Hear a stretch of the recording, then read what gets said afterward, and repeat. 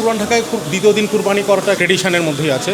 আর দ্বিতীয় কারণ হচ্ছে কষায়ের সংকট, ম্যান পাওয়ার একটু সমস্যা থাকে, এই কারণে আমরা সচরাচর ঈদের দ্বিতীয় দিন কুরবানি করার জন্য প্রেফারটা করে থাকি। কিছু কিছু জায়গায় ঐতিহ্য মেনটেন করে, আপনার অনেকের পুরানা আছে যারা ঈদের দিন যারা ইবাদত বন্দিগিতে থাকে তারা ঈদের দিনটাকে কোনো সময় কুরবানি করে না, ঈদের পরের দিন, যেহেতু 3 দিন সময় থাকে, তো এই কারণে তারা ঈদের দ্বিতীয় দিন অথবা তৃতীয় দিনও এখানে কুরবানি হয়।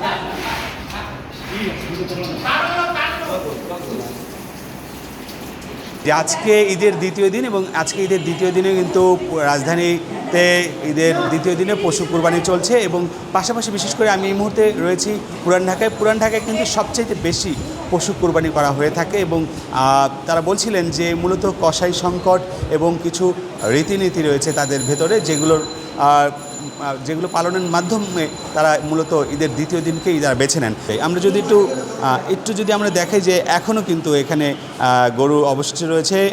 ধারণা করা হচ্ছে যে আজকে শুধু নয়, আগামীকাল ঈদের তৃতীয় দিনেও কিন্তু এই পুরান ঢাকায় গরু কোরবানি করা হয়ে থাকে। তো যেটি বলছিলাম, সিটি কর্পোরেশনের পক্ষ থেকে গতকাল 12 ঘন্টার মধ্যে তাদের বর্জ্য অপসারণের যে কথা বলা হয়েছিল তা আমরা দেখেছি যে প্রায় 85-90 ভাগের মতোই তারা সম্পন্ন করতে পেরেছেন এবং আজকেও কিন্তু সিটি কর্পোরেশনের পক্ষ থেকে তাদের তৎপরতা আমরা সকাল থেকেই দেখতে পাচ্ছি বর্জ্য অপসারণের জন্য এবং পুরান ঢাকায় বেশ প্রায় প্রত্যেকটি অলিতে গলিতে কিন্তু কোরবানি আমরা করতে দেখেছি।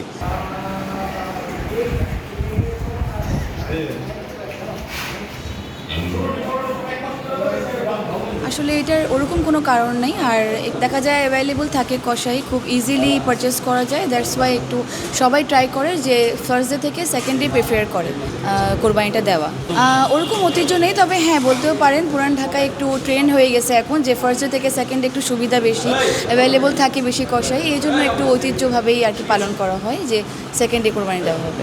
ফার্স্ট ডে একটু দেখা যায় এদিক ওদিক যাওয়া হয়, আর সেকেন্ড ডেটা নিজের জন্য রাখা হয় যে সেকেন্ড ডেতে নিজের বাসায় কোরবানি হবে অ্যান্ড ডিস্ট্রিবিউশন করা হবে, এই জন্য সেকেন্ড ডেটাই সবাই একটু সুবিধা মনে করে। আল্লাহর রাজি খুশির জন্য আমাদের সব ধরনের যেন এখানেই শেষ হয়ে যাক এবং আমরা আল্লাহকে রাজি করার জন্যই এই কোরবানিটা দিয়ে থাকি এবং দোয়া করি যে সবার কোরবানি যেন কবুল হয়।